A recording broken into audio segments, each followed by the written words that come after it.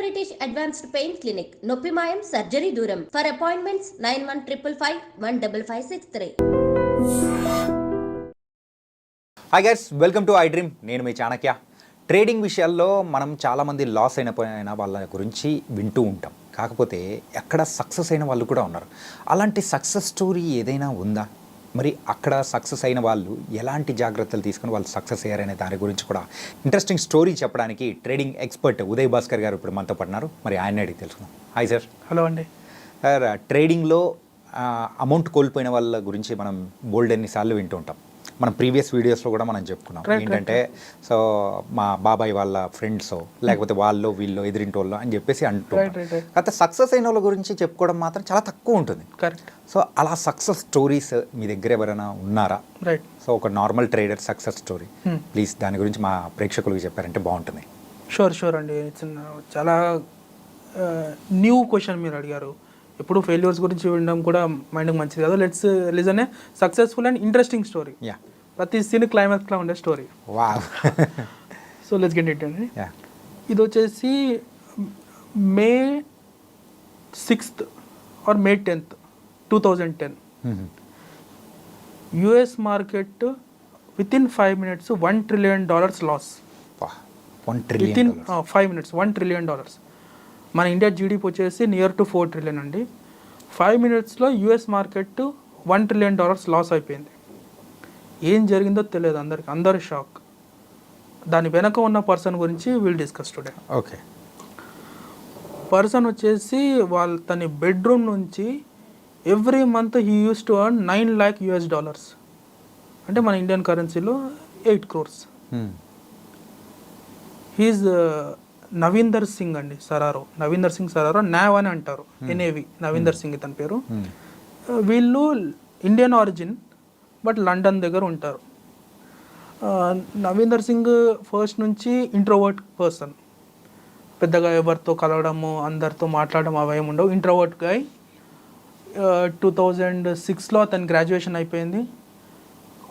First నుంచి అతనికి market పైన అంతగా ఇంట్రెస్ట్ ఏం లేదు, ఫ్యాసినేటెడ్ కాదు. But he was very good at మ్యాథ్స్లో he was very good. Graduation తర్వాత వన్ డే ఇలానే ఉన్నప్పుడు ఒక అడ్వర్టైజ్మెంట్ చూశాడు, looking for hiring futures traders who is ready to work under pressure conditions, you can apply this అని. ఒక Futex investment firm. ఆ టైంలో one of the globally leading firm అది ఫ్యూటెక్స్. ఓకే. అప్లై చేశాడు. మన సార్కి మ్యాథ్స్ మీద మంచి గ్రిప్ ఉంది కాబట్టి he got selected in that. వాళ్ళు అతన్ని మంచిగా ట్రైనింగ్ చేసి రియల్ జాబ్లోకి డిప్లాయ్ చేశారు అతన్ని. విత్ ఇన్ 2 years జాబ్లో, రియల్ జాబ్లో జాయిన్ అయిన తర్వాత హీ మేడ్ $2 million ఆ ఫర్మ్లో. Okay. He was one of the top performing traders in that firm. This was around 2008-2009. After certain ఇంత చేస్తున్నా కూడా అతను ఎవరితో కలిసేవాడు కాదు. ఆ ఫర్మ్లో ఫ్లోర్లో కూడా ఏదో ఒక మూలన కూర్చొని హెడ్ ఫోన్స్ పెట్టుకొని అతను వర్క్ అతను చేసుకునేవాడు. సర్టన్ టైం తర్వాత అతనికి ఏమనిపించిందంటే, ఇంత చేసి ఫర్మ్ కోసం ఎందుకు ట్రేడ్ చేయడం, why I should not trade on my own అని చెప్పి జాబ్ రిజైన్ చేసి ఇంటికి వచ్చి మంచిగా తన బెడ్రూమ్లో అంతా సెటప్ చేసుకొని he started trading. He was making consistently $7 lakh, $9 lakh monthly from his bedroom. Everything is there. పొద్దున్న లేవడం, ట్రేడ్ చేయడం, పడుకోవడం, లేవడం, ట్రేడ్ చేయడం, పడుకోవడం. ఇంత చేస్తున్నా నెలకు ఇంత కోట్లు సంపాదిస్తున్నాడని చెప్పి వాళ్ళ పేరెంట్స్కి తెలియదు, వాళ్ళ ఫ్రెండ్స్కి తెలియదు, ఎవరికి తెలియదు. అంతా స్మూత్గా అవుతుంది.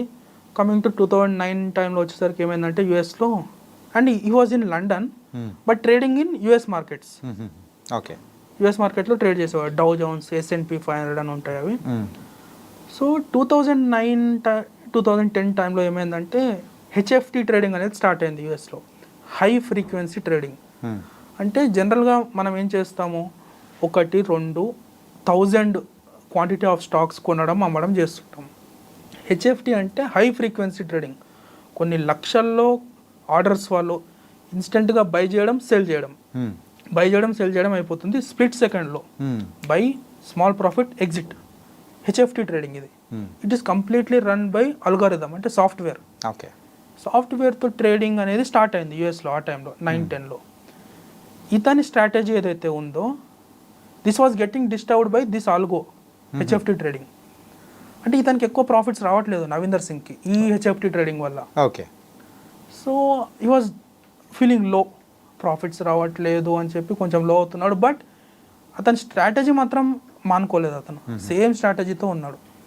ఆఫ్టర్ సర్టెన్ టైం అతనికి ఏమనిపించిందంటే నేను వీళ్ళని కౌంటర్ ఎందుకు చేయొద్దు అని ఏం చేశాడు, అతను మిలియన్స్ ఆఫ్ ఆర్డర్స్ పంపించేవాడు.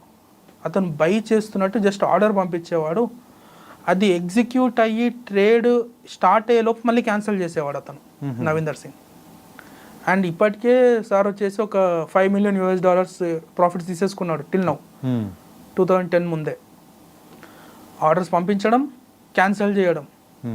హెచ్ఎఫ్టీస్ ఏమో బై చేస్తాయి, మన వాళ్ళు ఏమో సెల్ చేస్తారు. హెచ్ఎఫ్టీస్ లాస్ట్లో వెళ్ళిపోతున్నాయి, ఇతను ప్రాఫిట్స్ సంపాదిస్తున్నాడు. ఓకే. ఇది కంటిన్యూస్గా జరుగుతుంది. యూఎస్లో ఉన్న పెద్ద పెద్ద వాళ్ళకి అర్థం కాలేదు అసలు ఏమవుతుంది, హెచ్ఎఫ్టీస్ ఎందుకు ఫెయిల్ అవుతున్నాయి అని. ఆఫ్టర్ సర్టెన్ టైం ఏమైంది, ఇతను చేసేది హెచ్ఎఫ్టీస్ వాళ్ళకి అర్థం అవ్వట్లేదు, హెచ్ఎఫ్టీస్కి రావాల్సిన ప్రాఫిట్స్ అని ఇతను తీసేసుకుంటున్నాడు. ఇట్లా చేస్తూ చేస్తూ ఏమైందంటే ఇట్లా ఆర్డర్స్ పంపించడం, అది ఎగ్జిక్యూట్ అయ్యేలోపు క్యాన్సిల్ చేయడం. Coming to the date of May 6th అనుకుంటా 2010 మన సార్ వచ్చేసి ట్రేడింగ్ స్టార్ట్ చేశాడు. ఇంతకుముందే 2008లో ఫైనాన్షియల్ క్రైసిస్ వచ్చింది ఆల్ ఓవర్ ద వరల్డ్. అప్పుడు ఏమైందంటే పెద్ద పెద్ద కంపెనీస్ పెన్నీస్కి ట్రేడ్ అవ్వడం స్టార్ట్ అయ్యాయి. గూగుల్, మైక్రోసాఫ్ట్ లాంటివి అంత పెద్ద కంపెనీస్ చాలా చీప్ రేట్కి ట్రేడ్ అవుతున్నాయి మార్కెట్లో. నవీందర్ సింగ్కి ఏమనిపించిందంటే ఓకే క్రైసిస్ అయితే ఉంది మార్కెట్లో, బట్ ఫ్యూచర్ బాగుంటుందని చెప్పి తక్కువ రేట్కి అన్ని కొనడం స్టార్ట్ చేశాడు. Very next week US government నుంచి బెయిల్అవుట్ అనేది వచ్చేసింది $900 million. అంటే వాళ్ళు రిలీఫ్ ప్యాకేజ్ ఇచ్చారు. బాటమ్ నుంచి మార్కెట్ బౌన్స్ బ్యాక్ అయింది. ఓకే. ఈ బౌన్స్ అవ్వకముందే అతను కొని పెట్టుకున్నాడు కాబట్టి ఎనార్మస్ ప్రాఫిట్ వచ్చేసింది అతనికి ఈ బౌన్స్ బ్యాక్లో. అప్పుడు ఈ రియలైజ్డ్కి I should make huge money in this market. నేను ఏదో చిన్న గేమ్ ఆడడానికి రాలేదు ఈ మార్కెట్కి, I should make huge money from this market అని డిసైడ్ అయ్యి అతను చేసే ట్రేడింగ్ని ఏదైతే ఆర్డర్స్ పంపించడం, క్యాన్సిల్ చేసేది ఏదైతే ఉందో అది ఇంకా ఎక్స్ట్రీమ్కి తీసుకెళ్ళిపోయాడు. 2008లో అతనికి బాగా ప్రాఫిట్స్ వచ్చిన తర్వాత 2010లో ఒకరోజు ఏమవుతుందంటే సార్ ఇట్లా పొద్దున్న లేచి ట్రేడింగ్ స్టార్ట్ చేశాడు. ఒక మంచి సెటప్ దొరికింది, మంచి స్ట్రాటజీ అతనిది. ఆర్డర్స్ పంపించడం, ఎగ్జిక్యూట్ అయ్యేలోపు క్యాన్సిల్ చేయడం, ప్రాఫిట్ తీసుకోవడం చేశాడు. ఆ రోజు ఎంతో కొంత ప్రాఫిట్ వచ్చింది. కింద నుంచి వాళ్ళ మదర్ పిలిచారు డిన్నర్కి సంథింగ్ అనుకోండి. ఇతను ఏం చేశాడు, అన్ని ఆర్డర్స్ ఒకేసారి క్యాన్సిల్ చేసి వెళ్ళిపోయాడు కిందకి. డిన్నర్ అయింది, పైకి వచ్చేసేసరికి US market is down by 6% in the span of 5 minutes. అంటే యూఎస్లో టైం సమ్వేర్ అరౌండ్ 2:30, 2:40 అవుతుంది ఆ టైంలో. ఓకే.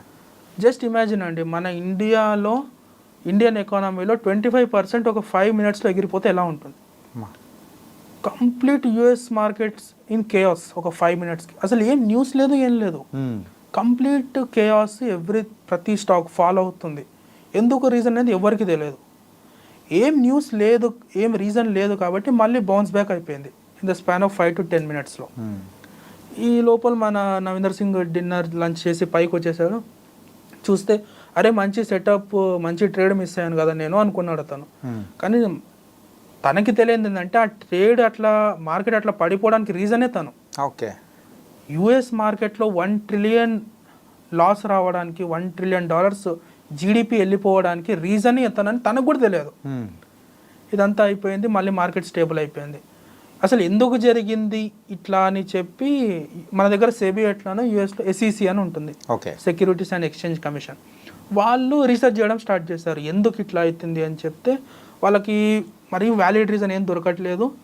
మన నవీందర్ సింగ్ అకౌంట్ నుంచి ఎక్కువ ట్రేడ్స్ వెళ్ళడం చూసి వాళ్ళు ఎందుకు మీరు ఇన్ని ట్రేడ్స్ చేస్తున్నారు, ఎందుకు ఇమీడియట్గా వాటిని క్యాన్సిల్ చేస్తున్నారు, what is the reason behind this అని చెప్పి అడిగితే అతను సమ్ ఇగ్నోరెన్స్ టైప్లో మెయిల్ పెట్టాడు వాళ్ళకి.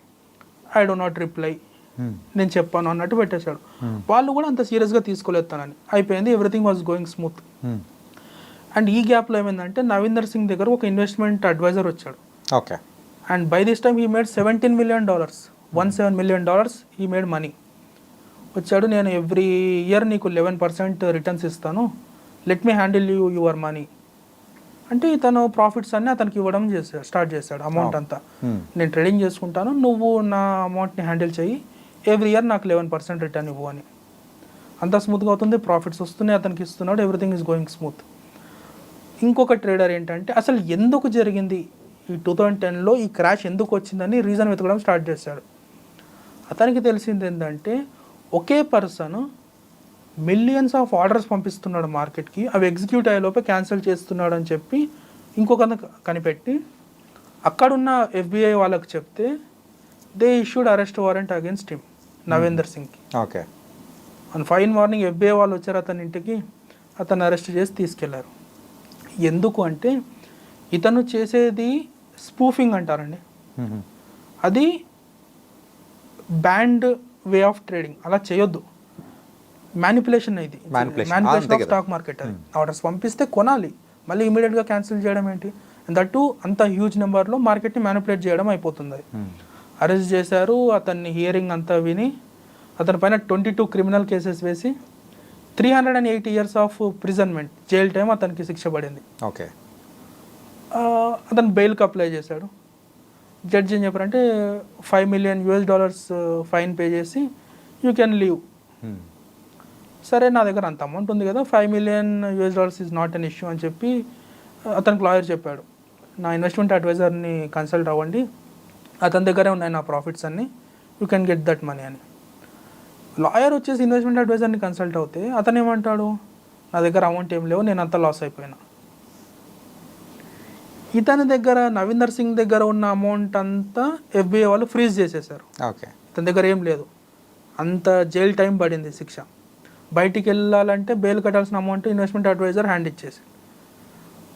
ఇదంతా వాళ్ళకి FBI వాళ్ళకి చెప్తే వాళ్ళకి అర్థమైంది అంటే ఇతని దగ్గర నిజంగానే మనీ ఏం లేవు, ఇన్వెస్ట్మెంట్ అడ్వైజర్ ఇతన్ని లాస్ చేశాడు అని చెప్పి వాళ్ళు ఆ $5 million ఫైన్ని $50,000కి తీసుకొస్తే వాళ్ళ ఫాదర్, నవీందర్ సింగ్ వాళ్ళ ఫాదర్, వాళ్ళ ఇల్లు తాకట్టు పెట్టి ఏదో చేసి అమౌంట్ తెచ్చి ఇచ్చేసి జైలు నుంచి బెయిల్ తీసుకున్నాడు. ఆఫ్టర్ దట్ వాళ్ళ డీల్ ఏంటంటే హీ షుడ్ హెల్ప్ SEC, ఇట్లాంటి మ్యానిపులేషన్ ఎవరైతే చేస్తున్నారో వాళ్ళని పట్టించాలి అనే డీల్తో అతను బయటకు వచ్చాడు end of the day. Okay. So till now ఈ జర్నీలో హీ మేడ్ 4,000 crores. ఆ టైంలో స్పూఫింగ్ చేస్తూ he earned 4,000 crores from his bedroom. Okay.